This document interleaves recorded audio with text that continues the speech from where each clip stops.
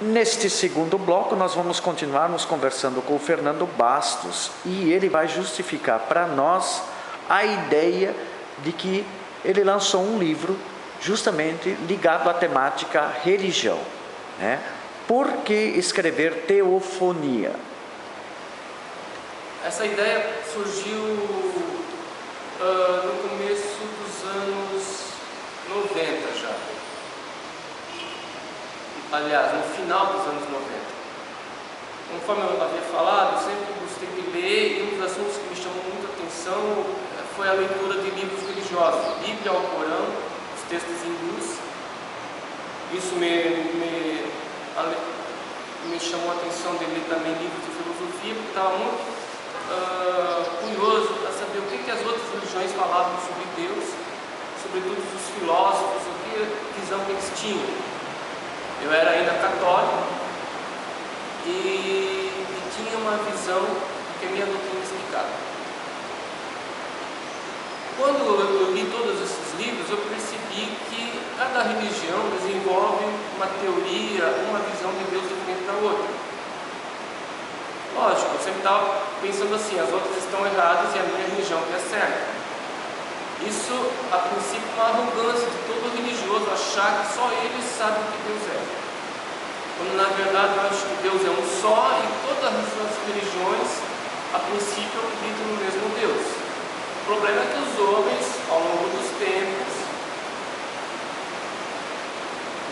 por causa de alguns interesses próprios, eles vão modificando um pouco, né, o que seria Deus, ou então introduzindo novos conceitos de Deus. Então, eu adquiri um conhecimento muito bom sobre a religião e pensei, já está na hora de escrever um livro sobre isso, mostrando. Por isso que o livro de Teofania, muitas pessoas às vezes se assustam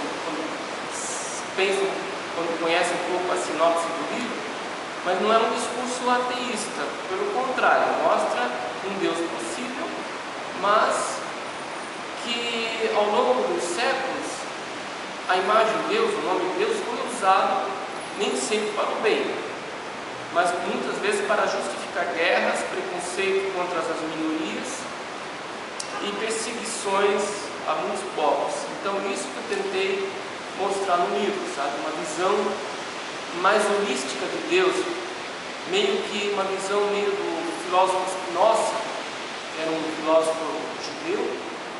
Ele via Deus não parecido com aquele Deus carrancudo, juiz castigador, que vai punir aqueles que não acreditarem nele. Spinoza tinha uma visão mais holística de Deus, né? Ele via Deus na natureza. Então, mais ou menos é isso que eu tento passar no livro. Certo. O livro você lançou em que ano? 2009. Isto. A partir de 2009, né? Como você passou a se relacionar com a sociedade jaraguaense e com as pessoas interessadas no pensamento religioso seu? Bom, o livro foi financiado, eu participei de um edital, foi aprovado e foi financiado pela Prefeitura, Fundação Cultural e Conselho Municipal da Cultura. Parece que é assim que se chama. Uhum. E então mas eu vendi os primeiros livros, e sobretudo para alguns amigos meus, professores e de outros grupos de intelectuais, compraram esses meus livros e venderam para amigos. Os 2 ou 3 primeiros meses eu consegui vender quase 300 livros. E a aceitação foi muito boa nas escolas, com professores, né? Algum religioso mais radical que meu me ligou dizendo que eu cometia muitos erros de interpretação, mas lógico, são opiniões, eu aceito tudo. Eu não fiz um livro para agradar, sempre foi um livro baseado em pesquisas que eu fiz, não é só da minha imaginação, é muita pesquisa. Eu pesquisei muita arqueologia bíblica, livros de filósofos, livros sobre história e ciência das religiões, psicologia das religiões. Então tudo que está no livro assim não é inventado, é baseado em estudos que já foram feitos, sobretudo a crítica textual das escrituras, né, para ver que realmente foi escrito na época, que foi deturpado com o tempo, e por isso que surgem de vez em quando algumas críticas, né? Mas isso é normal. Certo. Hoje, tá, a sua obra literária, ela é consumida, né? Ela é apreciada, você acredita, por que segmento da sociedade? Os meus livros que eu estou escrevendo, que eu escrevi, o meu livro, Teofania, ele foi comprado muito por professores, por pessoas que gostam muito do tema religião, alunos de escolas, onde eu andei fazendo palestra também compraram, todos os níveis, desde adolescentes até pessoas mais adultas que gostam do tema religião, tem uma visão que querem entender um pouco a religião, não sempre da maneira dogmática como a gente aprende em casa. E essa questão da visão dogmática, né? Como é que você trabalhou essa questão quando você teve frente às pessoas interessadas na obra literária, né? Como é que foi esse contato com o público, com os estudantes? Vamos supor, nas palestras que eu ministrei, né? Eu fiz palestras numa escola em Pissarras, aqui em Jaraguá, na Rosa Cruz, em Corupá. O pessoal da Rosa Cruz, com o pessoal com nível intelectual muito abrangente sobre a religião. Onde mais eu palestrei? Na ciranda literária, que acontece todo mês na biblioteca. Então, sempre ou para estudantes ou para um público com um nível intelectual muito bom. E a receptividade sempre foi boa. Houve alguns questionamentos, como eu falei, sempre os religiosos mais radicais, eles questionam muito, eles dizem que eu estou interpretando errado. Digo, não é eu só que estou interpretando errado, então não, são os críticos, os filósofos, os estudiosos das religiões, então eles estão errados, porque eles se baseiam em documentos. Mas, de modo geral, a aceitação foi boa das ideias. Muita gente disse, olha, está de parabéns, o livro está bem escrito, está bem embasado, bem fundamentado, né? Embora alguma coisa vai chocar, porque muitos dogmas, muitas tradições religiosas foram inventadas ao longo dos séculos. No livro eu explico por quê e com que função. Talvez isso possa melindrar um pouco os mais sensíveis, né? Mas de modo algum vai tirar a fé em Deus, não foi esse o objetivo. Certo. Algum planejamento, uma outra obra literária com o mesmo princípio, continuidade? Eu estou escrevendo um outro livro, já está quase pronto, só estou esperando chegar ao próximo edital, quero ver se eu participo do novo edital. E faço novos questionamentos. Dessa vez eu li muito sobre uma preocupação muito grande minha sobre casamento e sobre filhos.